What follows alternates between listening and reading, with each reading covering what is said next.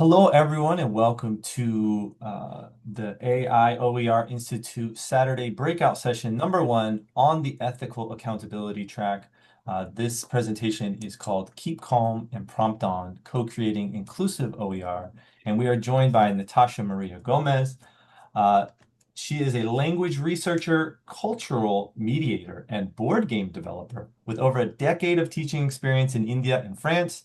She is a passionate educator dedicated to enhancing learning experiences and e-content development. With a strong focus on learner-centered practices, she has co-curated and co-created over 100 OERs for the DIKSHA, which is an Indian platform for school education. And she's done a whole bunch of other things that I'm not going to read because I'm just going to let her talk. But I will say before I pass it over to Natasha, I had the pleasure of listening to Natasha and my colleague Jeff Kane, who is my old instructional design buddy here at Clover Park Technical College.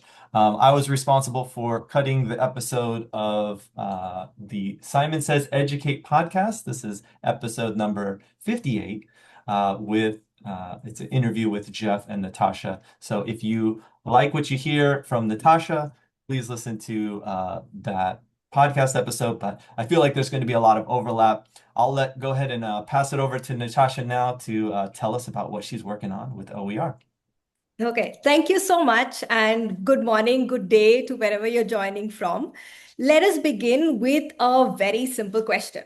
So imagine you've created a multimodal OER. You're very proud of it. Now this OER has, videos embedded in it. You have audio tracks also included, and of course, there's text and images. Now, who do you think this resource is for? Like, who are you designing this resource for? Is it a person having a laptop and reliable internet connectivity? Or could it be also for a person with a shared smartphone, a shared device, but then they have limited internet access? Can also a person who's accessing this multimodal book in a printed format, considering that there are video resources in it, can that person also access it, assuming that they've printed out the book? So, who is your book really designed for? If you can put in the chat, I would really like to hear your inputs on it. But you can take your time to, analyze. I mean, initially, when I was looking at multimodal books or designing them, I probably would not have thought of the third category. But this brings me also to the heart of today's discussion. So, is our OER inclusive by design, or just give me a second? Is our OER inclusive by design, or is it simply open to those who only have access to the resource? We often celebrate the fact that OERs are open. They're openly licensed and they are available online, and rightly so. But free to access and possible to access are not always the same thing. If my OER contains a video, but others can't stream it, then what happens? If the activities included in my content assume that every learner, has an individual device, what happens to the learners when they share a device or a phone? If my interactive activities require stable internet connection, then in that case, what happens when connection disappears? This is a reality in my part of the world, and I'm guessing in other places too. So, the question is, have we considered people with different levels of digital access? And then what happens when the technology around which we've designed the content is no longer available? Um, so this is the central design challenge that this case study of today would be based on, and I would like to share how the process has been like. Now, we know that accessibility is a part or is an important part of inclusion, but inclusion asks us to go further. A resource may be technically accessible and is still not inclusive. I can provide, for instance, the transcript of a video to my learners, but do I also need to ask whether the activity itself, my OER activity itself, assumes reliable internet connectivity, or a cultural experience, or a particular kind of learner who's able to access the equipment? So, can a resource be adapted to different learning spaces, cultures, ages, circumstances, and also for people who are trained and untrained?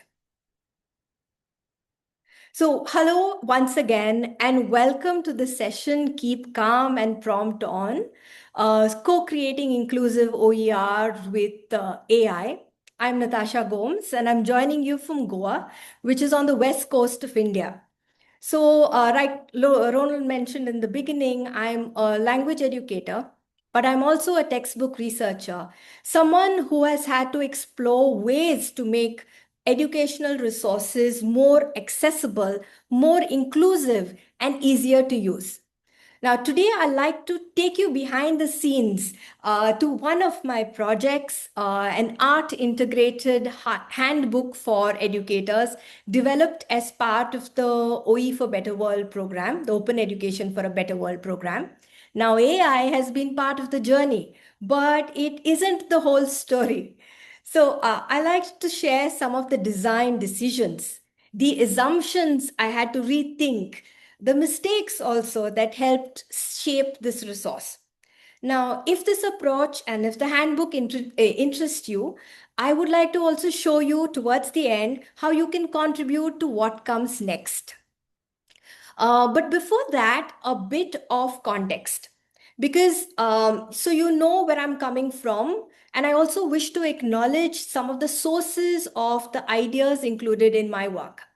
So I work in India, and the Indian education system, like you see, operates at a very different scale, at a very large scale for that matter. So, according to the 2023-2024 data, there are around 300 million students in the formal education in the country. This includes schools as well as higher education, and over 10 million teachers. Of course, we need to factor in also informal education, which supports different learners. So, when we talk about creating educational resources, we need to consider this enormous diversity in terms of geography, language, infrastructure, connectivity, and also educational context. And that raises a practical question. How do we create resources for scale without designing only for the best connected learner? So, there are some interesting approaches, in fact, to this problem. And one example is the use of QR codes in NCRT textbooks. So, NCRT is the apex body of the country that looks at designing or benchmarking textbooks. And then we have different states in the country that look at these benchmark textbooks and they contextualize the textbooks for the learners in their own states. So NCRT has this QR codes embedded in the textbook. Now these textbooks are available online as well as they are printed and available. So this QR code now connects the printed page to additional digital resources like videos, audio, AR, VR, and other content. Now, this is particularly interesting to me because the printed book remains an important access point. And while this digital layer can just extend that access point, there is also something called as Diksha, which is our national platform for teachers, parents, as well as students. And during the pandemic of, that was 2020, 2021, I was part of, teams of teachers by the State Council of Education Research and Technology that created some OERs But we looked at OERs in three different formats. One, for learners with a device and fast internet connectivity. Second, for learners with a shared device and sporadic internet access. In a lot of homes, kids did not really have their own mobile devices. And hence, they would probably share their device with with the other siblings, or they would wait for their parents to come home and then they would use, their parents' devices. So this was the second group of people that we designed the OER for. And third, these were for learners without a device and without internet connectivity. Now, the thing is, in these cases, it was the parent or the teacher who would print the resource and provide it to the learners. So, in a way, when we were designing this OERs in multiple formats, we needed to make sure that while it was also available online, it needed to be downloadable, something that would not consume a lot of data because it's expensive for people to invest in data.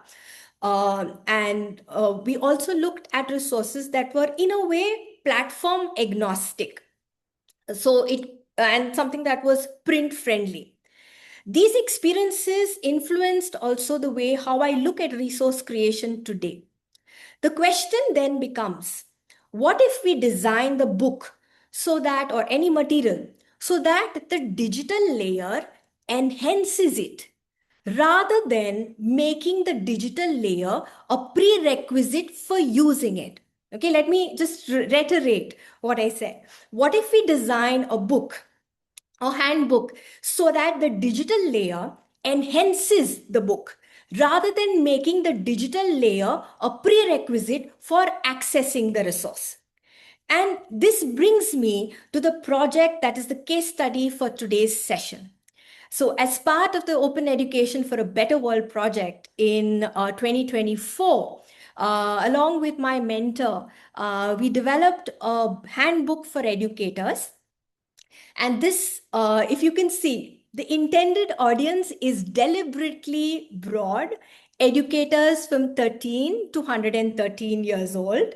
This slightly strange age group is intentional because the contents of the book were meant for educators, but educators don't always mean an educator in a formal setting, but they could also mean counselors, community educators, parents, or for that matter, older siblings who are taking care of, their younger ones. So they become the more knowledgeable other.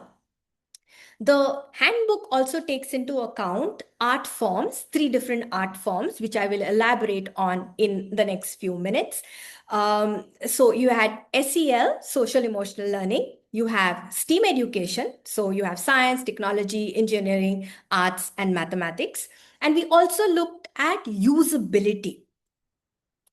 Um, so creating the handbook reveals something I think it's easy to miss about when we talk about inclusive OERs. So what I wanted to share today are some assumptions that emerged during this process and what changed when we challenged them. So the first assumption basically is about more content means richer resource.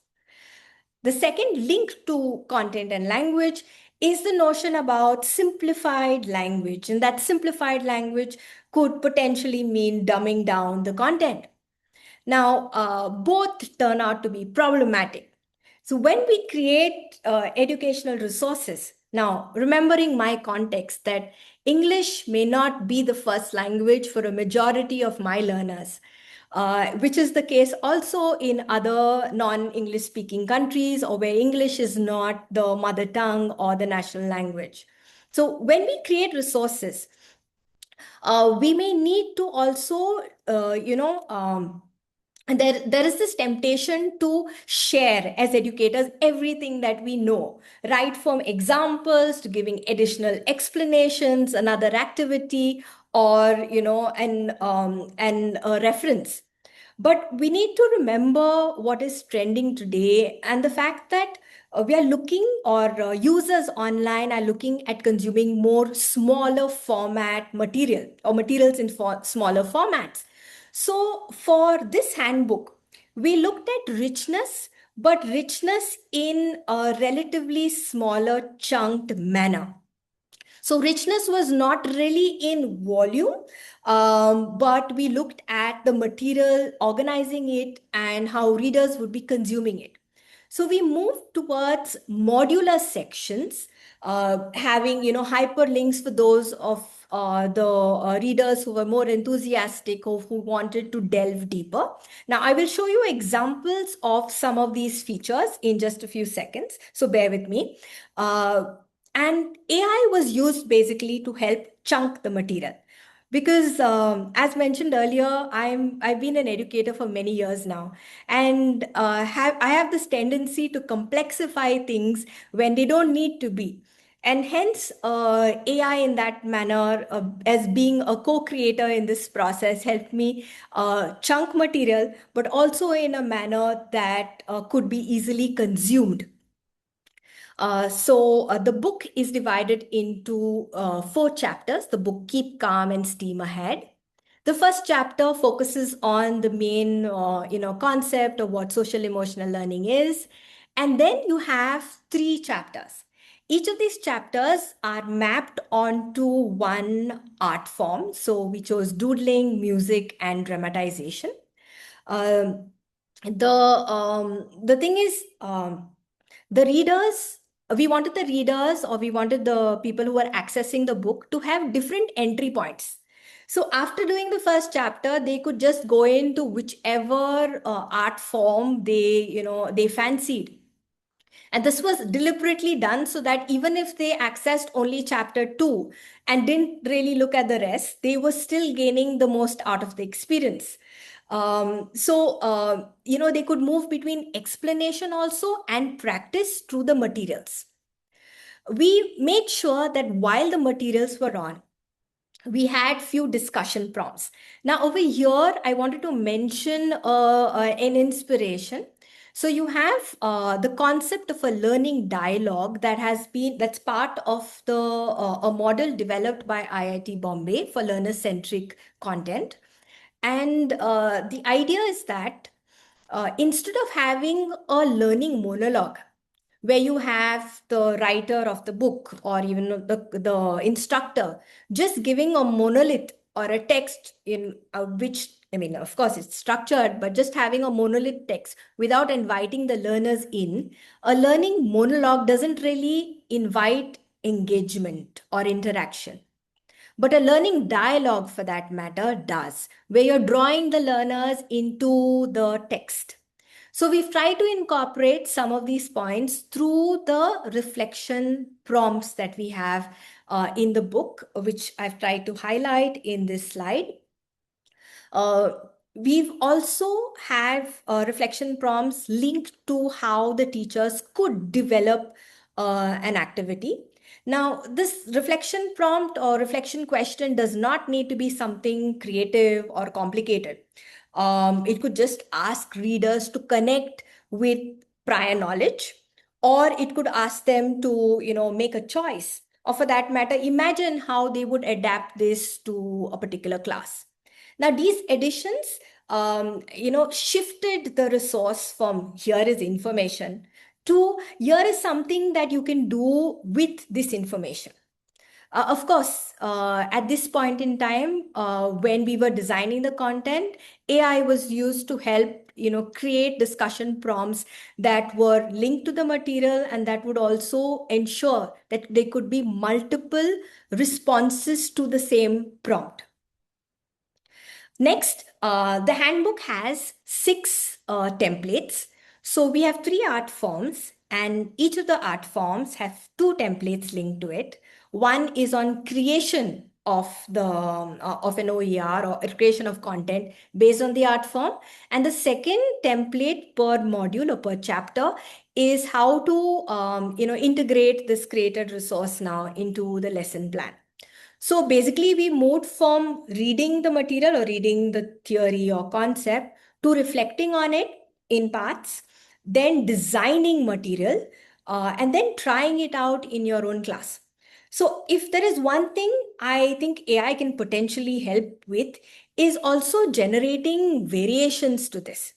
So we used the AI support for template design, just to make it leaner and cleaner. And of course, at this point in time, we needed to also verify the material, because while the template is there, you still need to put in your inputs to get in, to ensure that the material had a real pedagogical purpose. Now, in terms of language, we treated simplicity as an inclusion strategy. So, the handbook, like we mentioned earlier, is meant for educators aged 13 to 113. So, we have really young teenagers, young adults who may not understand pedagogy or pedagogical terms, but yet we needed to convey the material in such a manner that it was they would be able to understand and then translate this material in their teaching experience. So AI was used to simplify the material, and to have it in conversational English, for that matter, and less of jargon, or to simplify in fact the jargon. The next is multimodal content. So we come to a second assumption over here. Now, while it sounds logical that multimodality automatically makes a resource more inclusive, because you're giving multiple types of content to the learners that you might potentially have, but more formats also mean that there are more ways to access this information.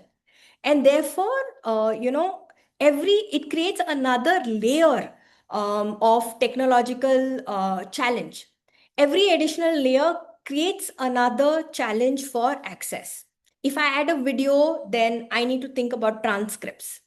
If I add an audio, then I need to think about people who may not always be able to access audio. If I add hyperlinks, I need to think about people who may not have internet. And if I add a QR code, I need to think of someone who may not have a smartphone to even access the material. So, multimodality gives us more possibilities, but it also gives us more responsibilities. So, the features in the textbook that we've tried to incorporate is that we have the same material, but it's available in multiple forms. So, one is in an editable form through Google Docs. We also have a downloadable PDF version which is print friendly. So we've taken into account how this would look also in black and white, considering that not everyone has the resource to print it in color. We've borrowed the idea of QR codes from the NCRT textbooks, and we have something that we're calling as augmented transcripts. We've tried to ensure that navigation was also on point, at least wherever we could, because when you have a resource, it's important for learners to be able to know where they are, place themselves, and then go back to where it's required. So AI assisted in a lot of ways, which I will get into once I show you the example. So, like I said, we had three formats, and each of them were best for their particular use. I do have a press book version of this book. However, at this point, I do understand that in the US, you have a huge collection of press books. I've personally also used press books in my courses, and I find them quite fascinating. It's a real, like, the OER textbooks that are there are really a treasure trove for learning. Having said that, in my part of the world, press books is not something that we can access through our institutions. It costs a lot to put our content on press books. So, as individual educators, this may not always be a possibility. However, you do have a lot of people in the OER community in India that require, or that promote the use of OERs and press books. So you have our particular version of my book is currently available on this portal called Pressbooks Just Right. So the founder Shushumna, she graciously let us put the books out there because they are OERs. Having said that, the possibility of someone in India using a Pressbook file and editing it for their own context is something that is a distant dream. And hence, I've not really mentioned this as, as Pressbooks being an editable version, at least in my own context, and hence Google Docs. I do understand that there could be other better open tools that could be used, but for now I've used Google Docs because it just helped me connect with my mentor and get feedback also from the reviewers in a better manner. So as mentioned, the book includes QR codes as well as links for those who might be accessing the material online. Now, the QR codes provide a bridge, in fact, between the physical book and this digital layer. The hyperlinks, as you all know, do the same, but it just helps when you're online to click it. Now, this is something I also encountered.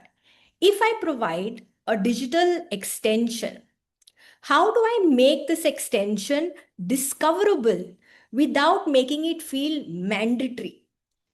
So we've also integrated something called as like the augmented transcripts that we have towards the end.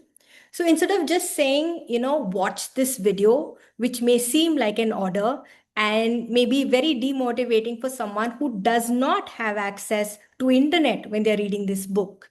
And hence the option of, the augmented transcripts, where the transcripts provide a route to the content. So the transcript isn't just a backup when the person cannot access a video, but it can be a learning resource in its own right.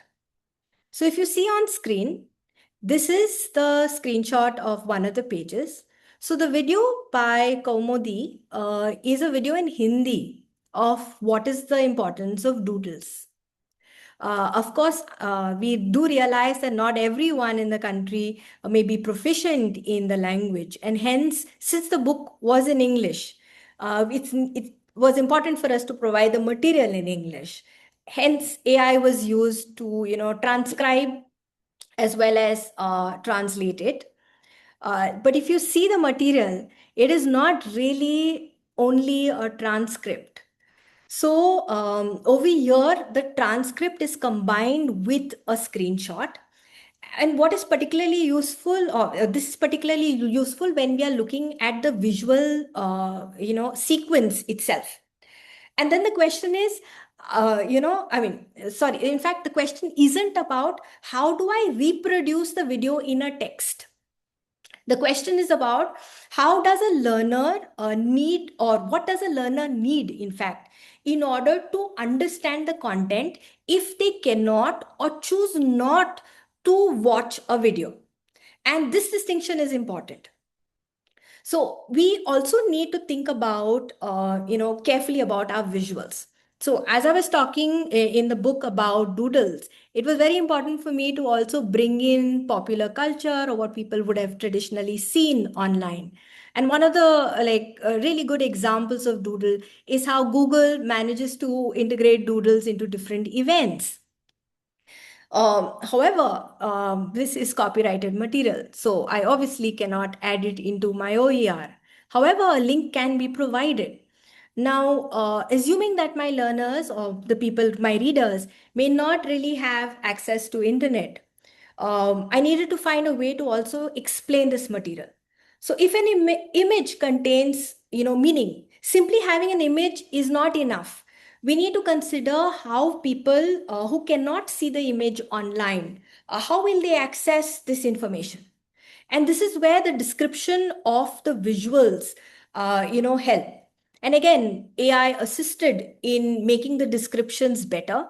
The thing is, I put in the description myself with the elements, and then AI helped to structure it in a manner that is possibly more readable.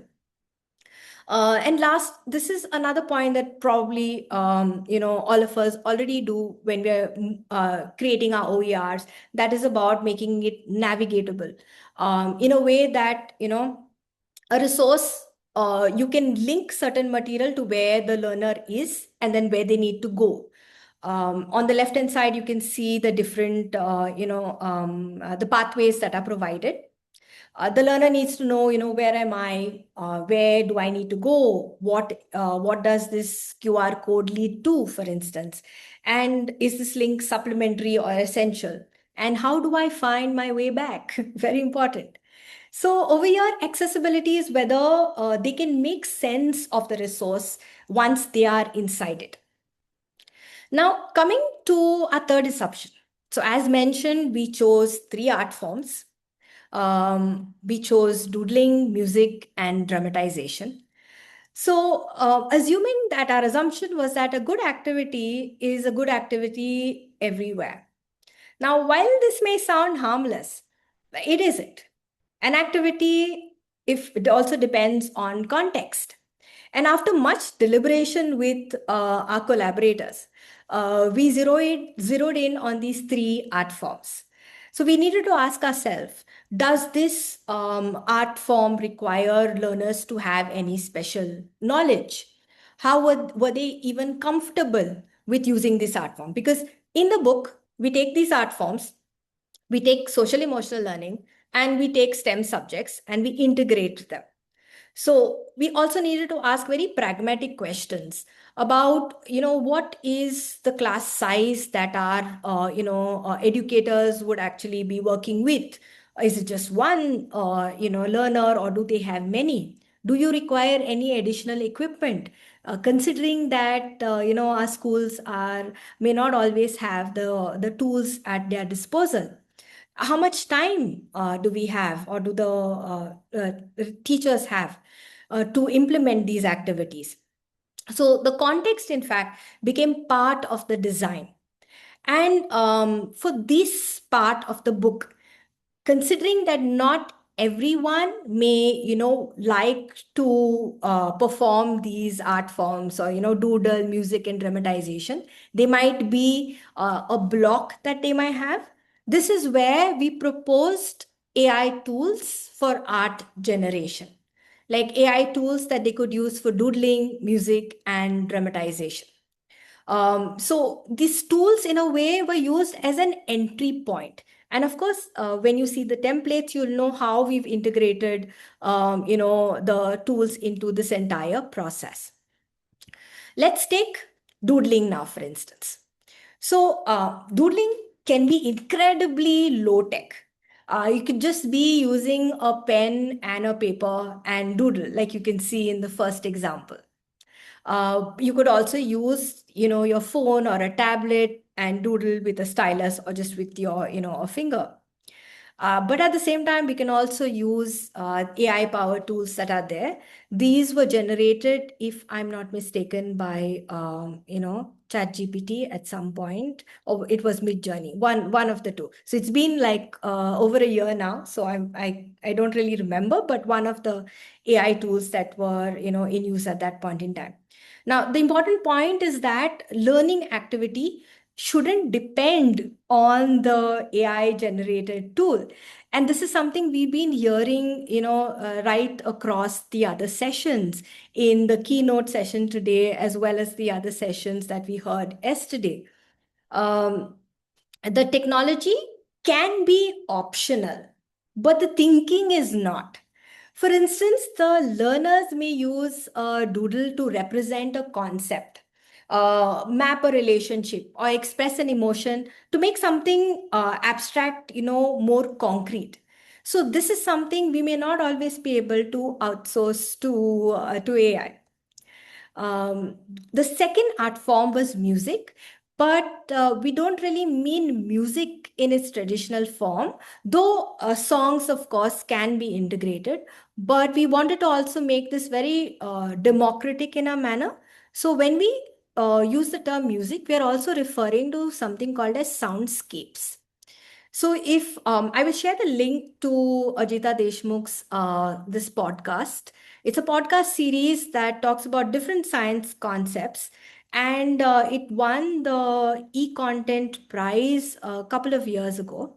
So this a podcast takes a description. She describes what is happening, and in the background you have a soundtrack that is playing. You have different scores. Say for instance, if you are in a different century where the scientist is working on a tool or is working on a drug, say for instance, is working on finding and the anesthesia. So, what would the background score be, or what would the environment sound like at that point in time? What was the music that was being played at that time? So, we've integrated all of this into what we are calling as soundscapes. The sound is used in a manner to humanize the experience, because again, remember, we are looking at social emotional learning, we're looking at music, and we're looking at integrating this into various STEM subjects. And again, over here, AI provided the additional possibilities.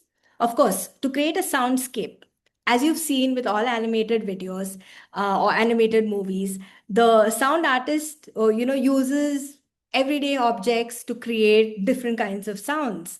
So we've integrated this into creating a soundscape for a particular content. And of course, again, if there is a block, the learners can always turn to AI tools, or if they want more sophisticated, sound creation tools, there are many that are available for the learners to experiment with.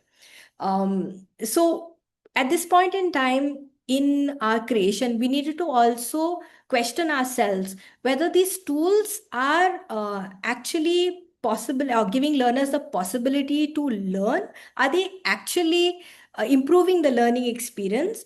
Or is it something that, is just meant to be like an outer layer? Um, so we've tried to integrate, and we've tried to talk to a lot of educators who've reviewed the material. And in a later point, I will also tell you what is our next step related to the art forms. But our fourth and last assumption is also about AI assistance. Now, I mean, everyone tells us that AI could, reduce the time that we take to create a material. But in a way, AI shifted the work. I mean, it accelerated some of the tasks, definitely. In terms of spell check, I mean, I'm sure the resource, is much more better, is much linguistically is much more better than what it was earlier before using Grammarly.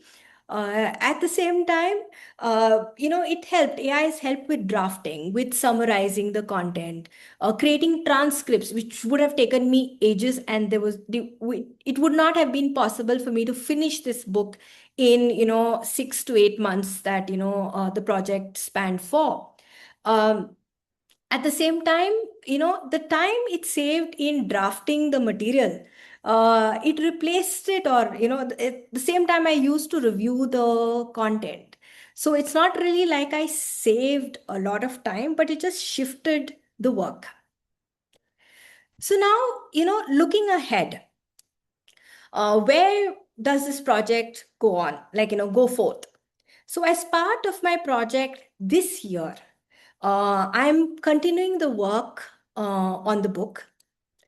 And the next phase involves, in fact, extending the resource with the support of AI to create content that is, video podcast as well as audio. So I'm thinking of using these tools to make it more accessible and inclusive. I just heard about Grackle yesterday during the keynote. And I'm looking forward to putting now the handbook into Grackle and finding out, what the score is going to be. It also, I mean, I'm also hoping to bring in more accessibility and inclusivity in the material. Uh, Considering that the handbook just takes SEL, the arts, and STEAM, and we know by just putting subjects in silos, this probably is not the most efficient way to solve the world issues. Right from climate change to the other sustainable development goals that we need to focus on, we probably need to look at a holistic approach. So this next step involves using, the frameworks mentioned in the book or the templates mentioned in the book and applying it to lessons and resources linked with the SDGs. And more importantly, I want to also move towards the community of practice. And this is where I would like to invite you to join in this journey. With this, we move into the creation mode rather of this session. And I will spend a little bit of time looking at how to put some of the materials, some of the templates that we have in the course into this work. Um, Ronald, can you please give me a time check so that we know how much time we have to, I was just about to say the 10 minutes is now. Okay. I think we might just have enough to squeeze in, a doodle. So That's right. you don't need to use an AI tool. Okay, you can just take a paper and pen if you have it lying around. You could also just use your phone. You might have something to scribble on. But if you like, you can use an AI powered tool. That's also fine. The tool is your choice. Now, the design thinking is what I'm actually interested in. So before creation, just a few concepts. So what do we mean by social emotional learning? They are, things basically they're skills that we require to understand and manage our own emotions, as well as, navigate relationships or build positive relationships with the people around us. It's also like imagine teaching not just with textbooks, but with heart and with soul. So that is basically what SEL is. And SEL adds this touch of, that adds this human touch to STEM by making it more relatable and meaningful. Now, for the handbook, we drew from UNESCO MGIP's SEL framework. I do realize that there are multiple frameworks out there, like the Kessel framework, but we've used EMC square. I know this reminds us of the famous scientific formula, but here EMC square just means empathy, mindfulness, critical inquiry, and compassion. By empathy, we mean can I understand another person's perspective or experience? Mindfulness, can I pay attention to my own thoughts, feelings, and experiences? Critical inquiry, can I question assumptions, the examine evidence that is there and consider different perspectives? And compassion, having understood now empathy, mindfulness, and critical inquiry, how can I respond with care? So for today's activity, I would request you to choose one because we really do not have a lot of time to delve into it. Just choose one. Now, don't try to squeeze everything, but if you have, more time later on, you can, work on the others. Remember, doodling isn't just decoration. We are using it in a way to make thinking more, what is that? To visualize our thinking. And at the end, I will ask you to probably share the creation. These are the these are the six steps. Once you have a look at it, I will transition to the template so that you have an idea also what the questions are for each of the step. So we move from identifying your concept right down to sharing your creation because if you have done something good, why not share it with the rest of the world? So just give me a moment while I transition out. Um, okay. Can anyone please confirm if you can see my screen? If you can see the Pressbook version. Okay. I can see So, it. okay, thank you. So we have the Pressbook version, but I also have like a template. So the Pressbook version, all of you have access to. If you go through the description on the portal, you'll be able to see the link to all of the three versions of the book. It's just that the PDF version is a little bit more clear. So the first step, you would look at identifying your concept based on the subject and your grade. Okay, so take a few seconds to look at this. At this point, I wanted to also mention that if you don't want me giving you the guided session, if you prefer to just use the resource and doodle, please feel free to do that. Okay. I've also put up an example in the book. So the example over here is about photosynthesis. So one, identify your concept. Okay. Once you've done that, we move into planning your doodle. Now you think about key elements that you would want to have. So when you're looking at key elements, you are looking at, what are the components. So for instance, in photosynthesis, it would just be like, the leaf, you'll have the sunlight, carbon dioxide, water, all of the components that are important in the process. Suppose, for instance, you were looking at different kinds of angles. Then you would have the different components of an angle that are elements then in your doodle. Next, you need to think about how you could make this concept relatable. So think character. Think character with experience. Think also how you could humanize it. So, speech bubbles, thought bubbles. Could you use a metaphor? Could you use humor within it, or possibly real life connections? So I've put on what could possibly be the options for photosynthesis. Now remember, step two is just planning for your doodle. It's not really creation. We've not really reached creation stage. After this, once you have at least two, three elements, you can, of course, use your paper and pen. You can use some of the tools that are there. But then you go ahead and doodle. Now remember, you don't need to be a Picasso. Of course, Picasso might have also started out just doodling. And you never know, your doodle could also make it big. The purpose of a year is trying to visualize your material. I do understand that even with people in my own context, while they might have doodled when they were kids, doodling as adults may not always be viewed positively, or they might not have enough of confidence in their own doodles. For now, just take that thought, put it in a box, and put it away. Put down a doodle that encapsulates or visualizes whatever materials you have. Now remember, it's basically like if you're going to prepare a dish, you need to keep all of your ingredients ready. So think of this step 3 as you keeping all of your ingredients ready that you might potentially put together into your created dish. So step 3, you're looking at your components. Then considering what your concept could be, here we're looking at photosynthesis. So, it's energy for like, the leaf. So how would people, how could people visualize this? Perhaps there is a chef that is preparing using all of the base ingredients to create energy. So few materials that are here. Some examples of putting now the material together. You can add labels if you need, or if you feel that your learners might require it. Of course, color is always an option when you have a bit of time.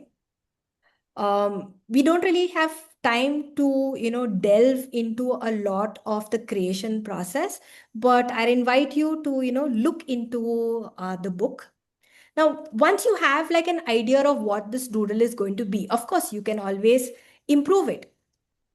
But it's important that we also evaluate the doodle and evaluate from the point of view, is it something that represents the concept? Or it needs work. Is it something that includes your SEL component? Now, I do realize that we've not really had the time to delve into each of the EMC square components, but this is something that you could probably revisit at a later point. Does the material invite any discussion or reflection? Now, based on your evaluation, you can obviously like modify the content. This is also, we've put up this step 4 because a lot of creation is also collaborative. So if you're designing the resource, you can always share this with a colleague to look into your material.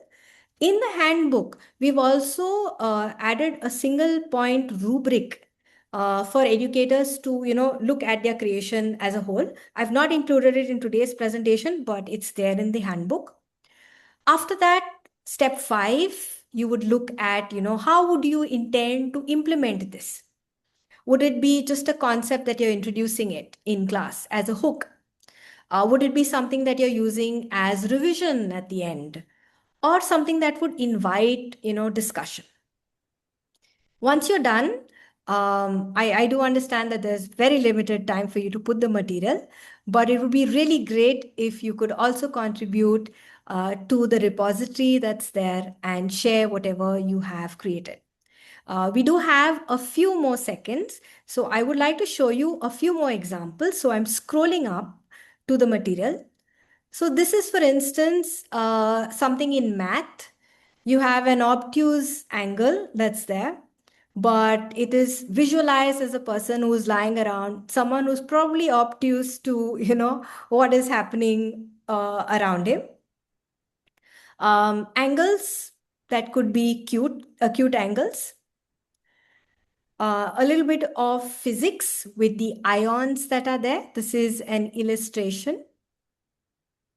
So you can add humor. So over here, you have your questions that are, you have cat.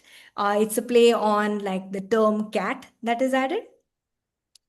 Of course, if you are teaching physics again and you're teaching about the motor, you can always visualize the parts, and to bring in your social emotional learning element, the component of compassion could always be brought in by humanizing the elements of the motor. For instance, if a motor has been used for a very long time, a motor is tired, what happens then?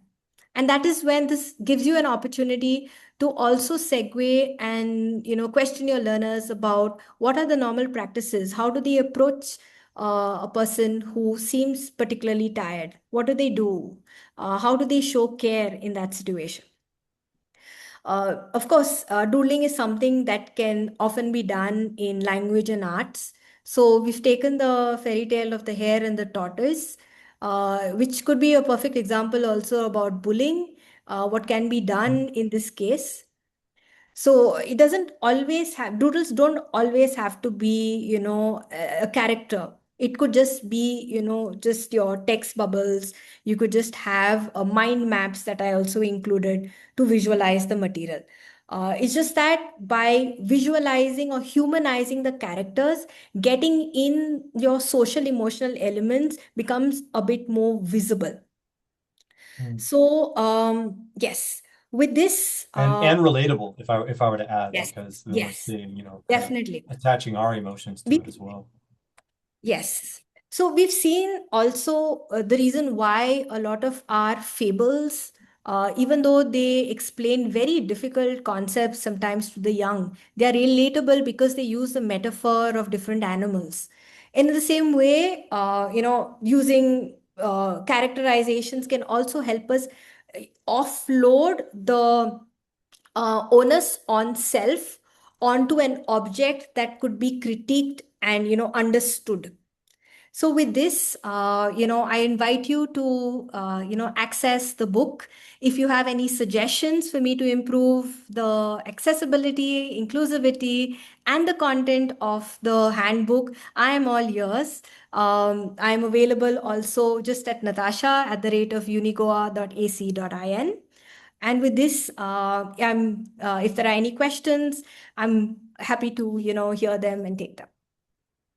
Actually, I'm just because of time, I'm gonna have, can you put your email address into the chat, just so that if people want to reach out to you directly. And yeah, I see some reacts coming in. Let's go ahead and give some thanks here for Natasha for giving us that wonderful presentation on the OER. I love that. I love using the doodles. It's something when I was especially when I was over in Korea teaching elementary school students, I always said, how can you visualize this like as a sketch, like sketching out the ideas. Is it okay if I put oh, you sent me your address. Can you send it to everyone? And then Oh, I'm so is it sorry. okay if Yes, I I will put do that. the link to your slides in the chat? Yes, please. Please go Okay, ahead and do so that. people want to access that, and then I'll put your email Yes, address there in yes. the chat as well. Yes. And I can't. then is it okay if I put those documents as well that Yes, you please. Yes, please. So I have a PDF version of the document as well as a Word document. If you find it cumbersome to go through the handbook, so you can please like access it. And yeah, I'm seeing like the comments right now. I'm so sorry I wasn't able to see it earlier. And yes, Jeff has been absolutely amazing, amazing support for the development of this project, without whom, it would not have reached the stage it did. So I'm very grateful to Jeff and his inputs in it. I'm also like a shout out to my current mentor who's also helping me take it now to disseminate the material, create more allied content related to this. So yes, thank you. Amazing. Thank you so much, Natasha. All right, everybody, that is going to wrap up our breakout one for Saturday. I'm going to put a link to the lobby in the chat as well, and hope to see you all in the next one.